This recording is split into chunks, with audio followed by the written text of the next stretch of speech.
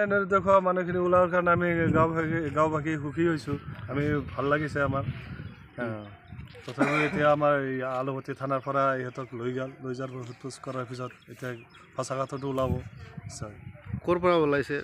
ইহঁতে ওলাইছে বঙাইগাঁও জিলাৰ পৰা। ইহঁতৰ আত্মীয় স্বজনে গৈছিল গাড়ী লৈ যোৱা। কিমান দিন পিছত ওলাইছে? আজি মোটামুটি 13 তাৰিখৰ ঘটনা, আজি 29 তাৰিখ, মোটামুটি 15-16 দিনমান হ'ল। 16 দিনমান হ'ল।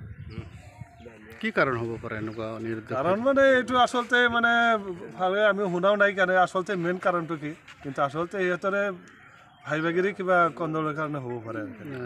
মানে মাটি বাৰী সংক্ৰান্ত তেনেকুৱা মানে নিজে মানে ভাইবিলাকক মানে হাৰাশাস্তি কৰাৰ কাৰণে নিজে পলাই যোৱাটো। কি ক'ব আপুনি সচেতন ৰাইজ হিচাপে? আপুনি কি ক'ব, কি বিচাৰিব?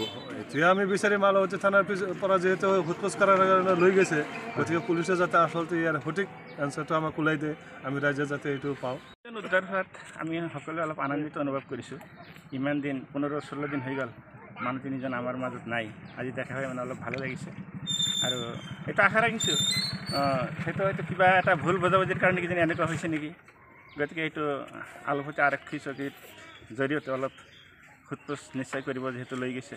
সোধপোছ কৰাৰ পাছত ইয়াৰ এটা সঠিক এটা মীমাংসা হ'লে আমি গাঁওবাসী ৰাইজ অলপ সুখী হ'ম।